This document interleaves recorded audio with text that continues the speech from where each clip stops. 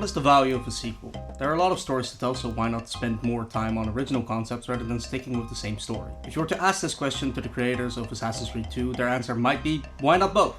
Assassin's Creed 2 starts right where we left off in the last game, and it's good that it does. I mentioned in the AC1 video, link in the description if you missed it, that the endings of these games are always nuts, and the fun part is that it carries over to the start of the next game. Indeed, AC2 starts with us as Desmond in the modern day breaking out of the room we had been stuck in for the entirety of the first game. And this follows logically, of course, from where the last game ended. But I have to say that this just feels so perfect and wild. The first game had a much bigger focus on the in-anima story with Altair. So much so that at times it could feel like the creators maybe didn't trust in the modern day story to occupy more time in the game, but here they let the modern day story occupy the start of the game and it feels more impactful too. It is really exciting to play through this escape, even if it is rather short-lived. After the escape we get to the new hideout, the new setting for the modern day portions of this game, and we expand our team with Sean and Rebecca. I don't know how much I'll mention them in videos going forward, so I'll summarize my thoughts on them. Rebecca is fun, Sean is a prick at the start but grows on me, and they're mostly here for some fun banter and to legitimize the idea of the modern day brotherhood. In this startup section of the game we get our first mention of the bleeding effect. Basically, if you spend too long in the animus, you'll start to see things in real life and lose your sense of self a little. Fun fact about that, it's a real phenomenon that if you play video games too long, you'll start to see or think elements of the game in real life. It's called the Tetris effect, and it's probably a good thing that they didn't use the real life name for the phenomenon. Anyway, here we get our setting for the animus portion of the game, that being the Renaissance era of Italy starting in 1476. We follow a young man called Ezio Auditore da Firenze. And as much fun as that is to say, I'll refer to him as Ezio from now on. There's a lot to talk about here, so let's start with the setting as we have been doing thus far. Having the game start with an escape sequence to set up the new location was cool. But the coolest thing in the series to me has been finding out where we are going in the animus. Only knowing where the game is set when you start playing it is a fantastic reveal. Obviously, if you're following along with the releases, this won't happen, but I assume the same amount of intrigue and excitement about seeing what the story uses from the setting remains. The Italian setting of the Renaissance also offers a different kind of excitement from the previous game, in a way that you are probably more familiar with the Renaissance and some of its more important figures as opposed to the Crusaders. And this adds a lot of fun when certain characters appear. This is a real strength of the game. When Leonardo da Vinci showed up for the first time, I was shocked and hyped at the same time. It is just so cool to see these figures from history class pop up and you get to interact with them. The idea behind these games to me is playing around with history, and this interaction feels like the epitome of that. This is what it should feel like to be playing a game in a historical setting. Name dropping major historical players, but also characterizing them further. Leonardo da Vinci is an inventor for the ages, but alongside Ezio, their relationship feels like a jock and a nerd every time they talk, and it is fun to see.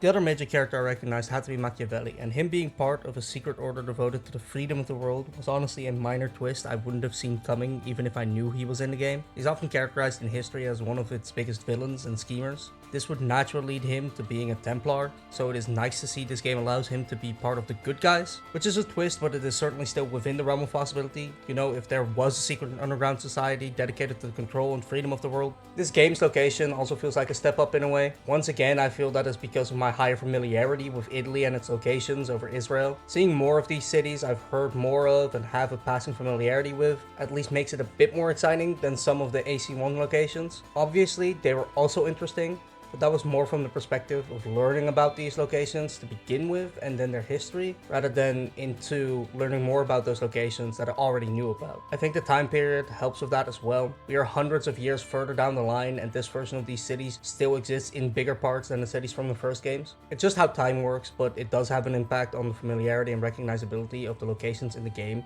Speaking of the time progression, Altair has become a legend since we last left him, and this mythologizing of the previous player character is just a really effective way to connect the past and the present. It inspires such awe and pride. Most of the things that made him a legend probably happened after the events of Assassin's Creed 1, but the effect that that has on you as a player, and that you played a role in that story, even just a little, it makes it feel like you're part of the reputation and that you've earned it in some way. It almost feels like you're being vindicated for playing the game. As we go on, seeing how these stories connect becomes harder and harder, so I do enjoy this early continuity where we have everything what feels like attached. Altair being mythologized and spoken of like a legend is probably in part due to the creators wanting to pay respect to the game that started the series, and that's honestly very nice. It shouldn't be surprising that the series based on playing around with history respects its own history, but that shouldn't be taken for granted, so I wanted to take a second to appreciate it here. Historical context and locations aside, let's talk about the gameplay. There are some big improvements between this game and the last. One of the most notable ones is Ezio has 2 hidden blades.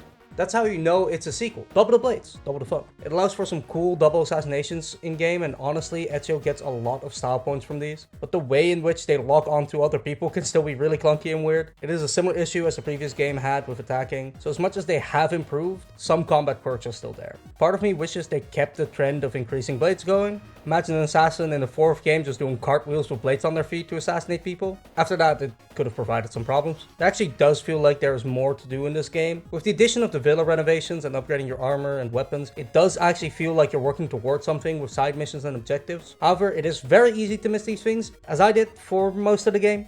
When I played this, I didn't know I could upgrade my armor till basically the end of the game. This is, however, a decent way to increase the difficulty of the game for yourself should you want it to be harder. I mentioned in my previous video how OP the parry mechanic is and that it makes the game really easy. Same with the throwing knives. They did nerf the knives at least, so now instead of insta-killing with one, you can chuck 6 of the damn things to kill someone. They now feel more like that one edited Moon Knight panel of him throwing random crap in this game, which makes them less OP but also less fun. Having to throw 6 of them to kill someone isn't necessarily fun because you're just spamming that for like 5 seconds. The parrying, however, remains stupidly good. Just hold it down during combat and you'll be fine. The assassinations in this game feel more elaborate as a consequence of the bigger and more intricate architecture that existed at the time. Scaling these cathedrals and villas feels more perilous than most of the exploration that occurred in the first game, which makes the assassinations even more satisfying. There are a lot of ways to go about it, but my favorite remains full stealth until the moment of assassination, then jumping into the crowd, securing the kill, and hauling ass out of there. Blending as a mechanic has become more prominent too. It appeared in the 2007 game, but it didn't feel too noteworthy. Hence, I forgot it was in that game until I looked it up. It feels a lot more useful in the crowded city streets of Italy, and the hiring mechanic allows for more frequent use than the last game. So whilst it wasn't introduced in this game, it was largely expanded upon in utility and frequency. And this can be said for a lot of things in this game. I keep comparing this game to the previous, and sometimes that might feel like I'm unfairly bashing on an older game that set this game up to be what it is, but that is the nature of sequels. They will always be compared, much like historical eras and figures are. If a sequel doesn't do enough to expand on the base set by the previous game, it will get bashed as unimaginative or just lazy, unless you're Game Freak. And if you do and go too far, the sequel stops feeling like a sequel to the previous game and ends up feeling like a whole different game or series. It's a difficult balance to walk. However, AC2 does it beautifully. I highlight all the ways AC2 improves on the blueprint of the original game to highlight what both games are. Assassin's Creed 2 is the game I think the creators wanted to make originally. It feels like all the ideas that were tested and put into the original game that had to prove itself as a premise and game were allowed to fully flourish in the sequel. AC1 is the blueprint that needed to happen to allow AC2 to be as grand as it was. Basically, every improvement from the original game to this one feels like a logical step and begins to make more sense when you realize that the success of the first game basically guaranteed they got several sequels to tell their story. If you compare the pace of the first game to the pace of this one, it seems almost ridiculous that they managed to cram Altair's full story in the first one. A lot happened in this game, but there's a lot left to Ezio's story by the end of the game. On the other hand, Altair's main story is finished in a shorter game. The story gets to take its time now, and that works perfectly, because now Desmond needs to learn the basics of the Brotherhood and assassinating. We get to see Ezio's life from the start in this game, and his slow introduction into the Brotherhood. This slow burn feels appropriate, as we haven't seen anything like this with Altair. He was already in the Brotherhood and a high-ranking member by the time the first game started. With Ezio, we get to see the slow build-up of allies and his skills. By the time the Brotherhood recognizes him as the Prophet Ezio towards the end of the game, Ezio still hasn't attained Altair's standing in the Brotherhood at the start of one. Compare Ezio's first assassination scenes, full of hatred and passion, then to multiple stabbings, then to regular assassination kills towards the middle of the game, and at the end of the game, where he only stabs one time, and he says rest in peace to his enemies, something the younger Ezio didn't do. To all the way at the end of the game, when he spares his biggest enemy's life. That's something he never would have done when he was younger. This growth is aided by the timeline of the game being 23 years. From the beginning of Ezio's quest to avenge his family as a young man to him being a fully trained member of the Brotherhood and an adult. It all comes together quite well. Then let's talk about the end, because oh boy does this set up the next game really well. Just like last time, it is revealed that the pieces of Eden, yeah there's 2 now, that the Brotherhood and the Templar Order have been squabbling over, open a vault in the Vatican. This is why the big man of the Templar Order became the Pope. Yes, we tried to kill the Pope. The ensuing Eden battle is wild and awesome, and the use of the Apple's tricks in favor of the main character in the ending of this game is another nice sign of taking what AC1 gave us and using it for bigger things. Anyway, the battle concludes in Ezio's favor. He opens a vault and talks to one who came before, called Minerva, who lets us know that humanity was made as a slave race to her race. But after a big boom of some kind, they barely survived and had to work together to rebuild.